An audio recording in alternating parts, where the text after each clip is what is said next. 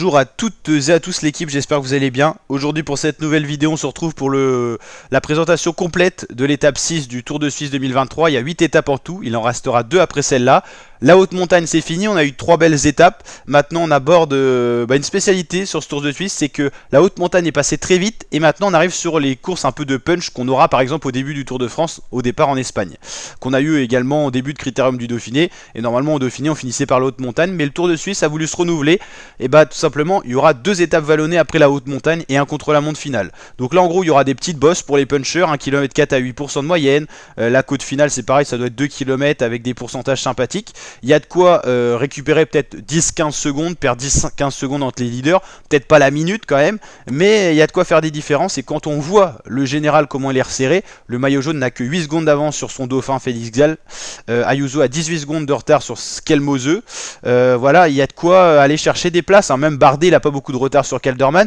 Il y a de quoi chambouler ce top 10 même sur ces petites étapes, sachant que les écarts sont resserrés et qu'il n'y a pas d'écart énorme, il n'y a pas d'ultra domination d'un leader. Et bah il y a de quoi prendre des cassures et tout ça et aller chercher du temps sur ce genre d'étape. Donc là on aura une étape de classique, hein, 215 km vallonné, un petit peu d'école au début, puis après ça sera beaucoup plus vallonné dans le final. Ça serait une étape pour des Julien Alaphilippe, même Charman qui est sur le Tour de Suisse, même s'il n'est pas en forme, c'est ce genre de course qu'il apprécie. Et puis il y aura quasiment le copier-coller pour l'étape 7, hein, ça sera quasiment pareil, avec une étape un petit peu vallonnée aussi, moins dans le final, mais il y aura quand même Lautenberg, 3 km 4 à 6% de moyenne. Il y a de quoi aller grappiller des secondes et renverser la hiérarchie du général avant le contre-la-montre final qui devrait jouer vraiment la victoire, hein, tout simplement parce que ça sera 25 km avec voilà des écarts à créer entre les favoris. Il y a de quoi mettre peut-être 1 minute 30, Evenepoel peut mettre 1 minute 30 aux favoris qui roulent le moins bien sur 25 km, c'est tout à fait possible. Donc voilà, il y a de quoi faire des écarts, il y a de quoi encore aller chercher le maillot jaune. Skelmose n'a pas encore gagné ce Tour de Suisse. Félix Gall à 8 secondes, il peut encore espérer. Ayuso à 18 secondes, c'est encore c'est vraiment réalisable. Et puis on n'oublie pas qu'à l'arrivée il y a 10, 6 et 4 secondes d'attribuer en seconde de modification au premier, deuxième et troisième. C'est-à-dire qu'une victoire d'étape de Félix Gall avec Skelmose par exemple 5 ou 6ème, il reprend le maillot jaune. Et puis voilà, une cassure, ça peut aller très vite au niveau des écarts. Et puis on voit bien que de la première à la 7ème place, 1 minute 30 c'est pas énorme, il y a de quoi aller gratter un petit peu. Et puis voilà, le top 10 peut absolument changer de posture.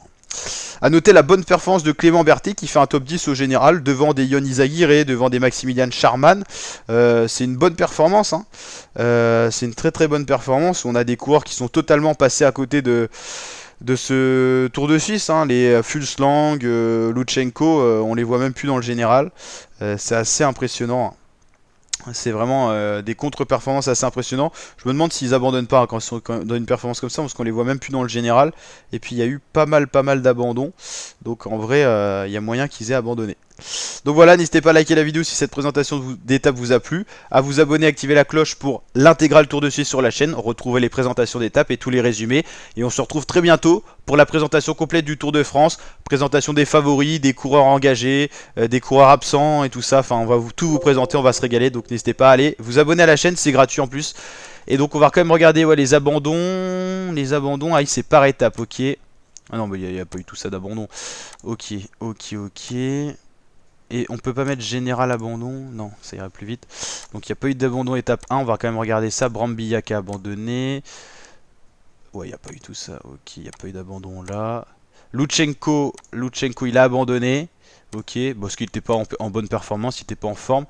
Apparemment, on n'a pas d'abandon de Fulsan qui doit être encore là. Ok. Donc voilà, ciao l'équipe.